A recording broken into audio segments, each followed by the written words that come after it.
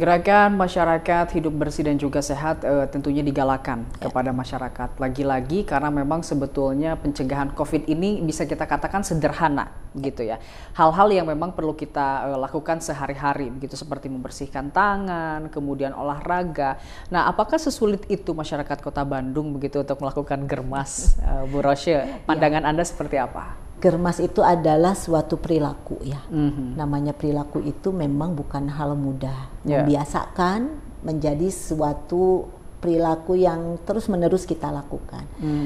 Dengan germas, sebetulnya dengan gerakan masyarakat hidup sehat, kita selain mencegah penularan penyakit, tapi juga adalah meningkatkan imunitas tubuh kita. Dengan kita selalu berolahraga, dengan makan makanan yang seimbang gitu, mengendalikan stres, kemudian istirahat yang cukup, semuanya meningkatkan imunitas tubuh kita, di mana ini sebetulnya hal penting yang bisa menangkal dari COVID ini gitu.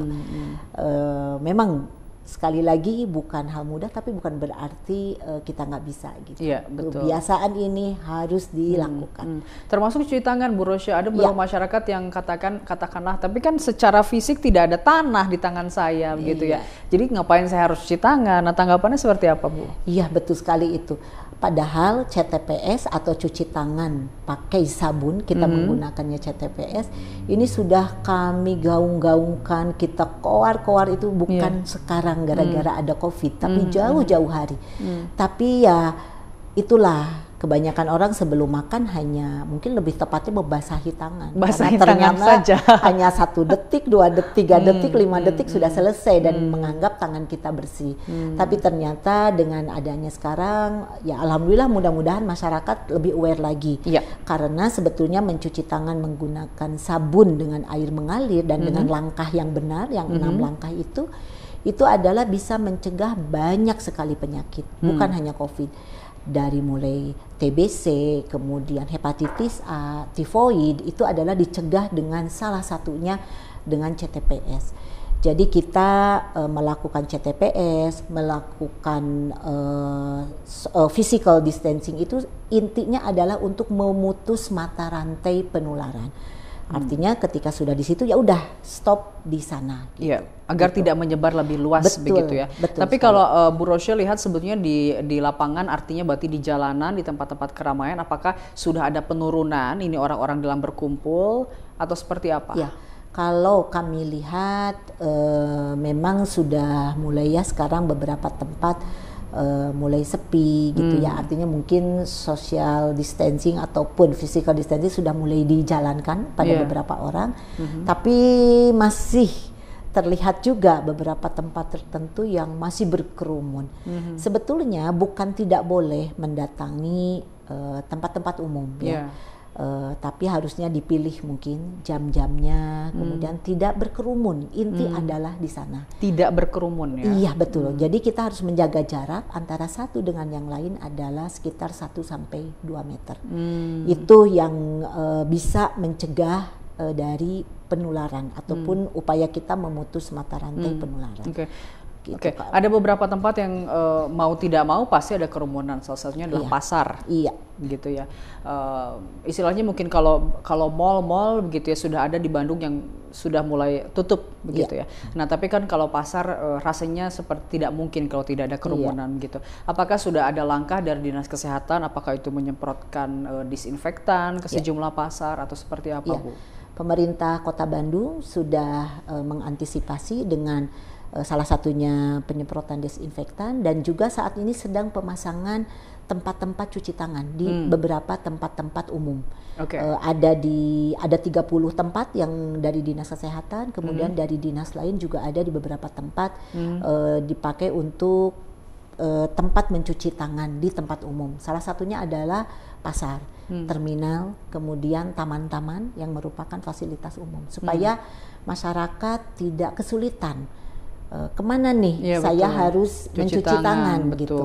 Jangan misalnya mau nggak mau harus ke terminal karena memang mendesak, misalnya harus ke pasar, harus membeli gitu ya.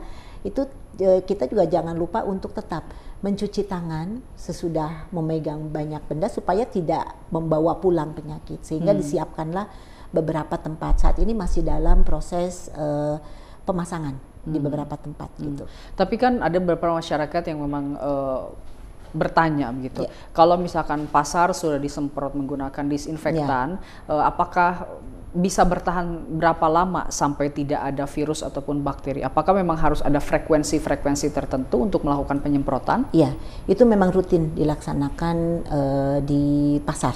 Ya. Yang pasti nomor satu adalah penyemprotan dilakukan, perilaku kita juga, dan yang terpenting adalah menjaga jarak. Menjaga jarak. Betul. Jadi sekali lagi kalau misalnya belanja, biasanya ibu-ibu nih kalau ke pasar, kalau satu tempat ramai berkerumun semuanya barang, sabar dulu, mungkin ini selesai baru kita dulu gitu. Ini mungkin yang dalam jangka waktu ini adalah hal yang sangat penting. Kita sama-sama menahan diri, kita sama-sama untuk melakukan physical distancing supaya untuk bersama-sama memutus mata rantai penularan. Karena ini tidak bisa dilakukan tanpa kerjasama dari seluruh masyarakat.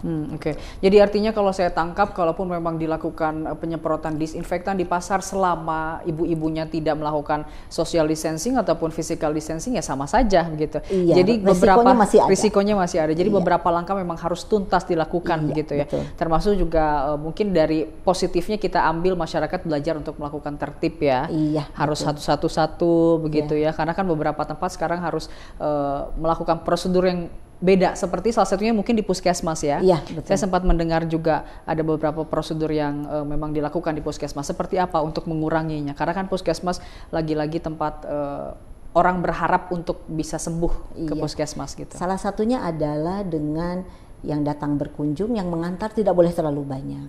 Kemudian dari depan sudah mulai dilakukan screening. Ini seperti apa? Karena kan gejala awal batuk, pilek, demam gitu ya. Apakah ada kontak erat dengan yang positif ataukah tidak, itu langsung dipisahkan gitu. Itu salah satunya.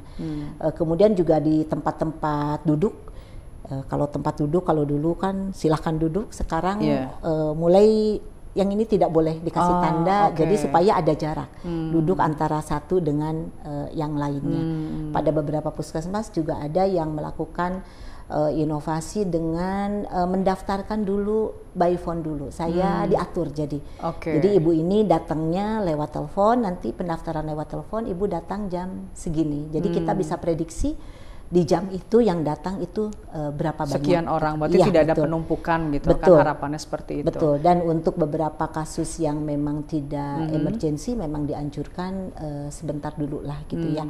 Seperti tadi yang aduh ini mau perawatan wajah muka, gitu ya. Nanti dulu lah gitu ya, sekarang lebih baik di rumah saja dulu. Iya, betul. Oke. Terakhir Bu Rosyo, harapannya seperti apa, dan mungkin himbauan kepada masyarakat untuk melakukan gerakan hidup bersih dan juga sehat seperti apa? Ya. Terakhir adalah kami memohon dukungan dari seluruh masyarakat, karena untuk pencegahan dan pengendalian COVID ini tidak bisa hanya pemerintah yang bekerja ataupun para petugas kesehatan yang bekerja saja, tapi juga butuh kerjasama dari seluruh masyarakat. Kita manfaatkan masa social distancing ini atau physical distancing ini untuk kita berbuat mungkin di rumah, bisa banyak hal yang bisa kita lakukan, tidak keluar rumah jika tidak ada keperluan yang mendesak.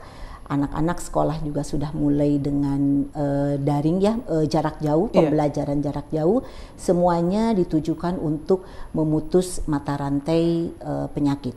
Jangan lupa untuk selalu melakukan gerakan masyarakat hidup sehat, mencuci tangan menggunakan sabun dan menjaga imunitas tubuh kita. Gitu. Terima kasih Bu Rosyo, saya sangat tahu sekali Bu Rosyo ini cukup sibuk belakangan ini, dan kita doakan Bu Rosyo dan juga rekan-rekan di Dinas Kesehatan Kota Bandung sehat walafiat begitu ya. Sekali lagi terima kasih Bu Rosyo sudah bergabung bersama kami. Ibu Rosyo ini dari Pencegahan dan Pengendalian Penyakit atau P2P. Pemirsa, dialog tadi menutup perjumpaan kita dalam program Anjus Jabar. Saya Iwan Sepriadi pamit undur diri. Terima kasih, sampai jumpa.